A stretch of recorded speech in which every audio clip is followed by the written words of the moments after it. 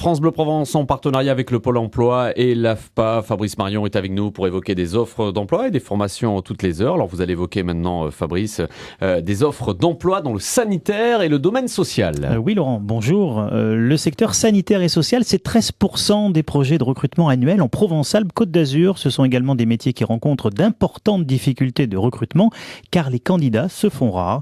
Nous partons à Aix-en-Provence où les recrutements sont particulièrement nombreux. Ces 6 derniers mois, 485 offres d'emploi dans le secteur ont été traitées par Pôle emploi. Les 2 tiers concernant les établissements d'accueil pour personnes âgées. Viennent ensuite les établissements hospitaliers et les établissements d'accueil pour handicapés.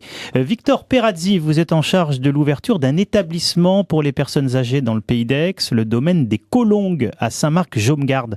Pourriez-vous nous présenter d'abord votre établissement ? Notre établissement accueillera 85 résidents, des personnes âgées dépendantes pour la plupart, avec la particularité d'avoir une offre de 25 lits en unité Alzheimer pour les personnes désorientées et une prise en charge particulière à ce niveau-là. Donc vous recrutez ? Effectivement, et notamment dans les postes infirmiers, en particulier infirmière cadre, qui est chargée dans notre établissement de coordonner l'activité des soignants. De manière générale, tous les postes liés aux soins, nécessitant un diplôme, comme aide-soignante ou aide médico-psychologique. Et pour coordonner l'activité médicale, nous recrutons un médecin coordonnateur. Donc, après l'activité d'un EHPAD, ce n'est pas que le soin. Nous souhaitons au contraire mettre un accent tout particulier sur notre prestation hôtelière. Nous recrutons donc un véritable chef de cuisine ayant l'expérience de la grande restauration. On recherche la même qualité au niveau du service et nos équipes seront composées de serveurs expérimentés ayant par exemple un diplôme de l'école hôtelière. Et enfin, la vie sociale, que l'on souhaite la plus riche et la plus agréable possible, sera coordonnée par une animatrice diplômée engagée à temps plein pour nos résidents. Au total, c'est 16 offres d'emploi pour l'ouverture qui doit se dérouler fin janvier. Absolument. Donc c'est des recrutements assez rapides ?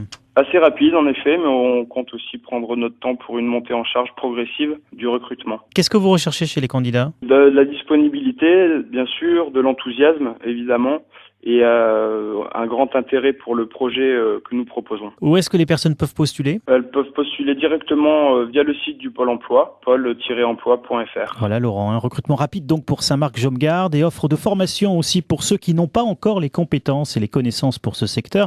L'AFPA propose dans ses campus de Saint-Jérôme à Marseille, d'Istres et de Nice des formations pour devenir assistante de vie aux familles. Ça consiste notamment à assurer la garde des enfants et des bébés et aider les personnes dépendantes dans tous leurs gestes quotidien. Cette formation à l'AFPA qui permet d'obtenir un diplôme du ministère du Travail est gratuite et rémunérée sur financement du conseil régional. Et soulignons qu'on peut obtenir un diplôme également d'assistante de vie aux familles par le principe de la VAE, la validation des acquis de l'expérience, si on a au moins 3 ans d'expérience dans le métier comme salarié d'une entreprise ou d'une association, mais également aussi comme bénévole.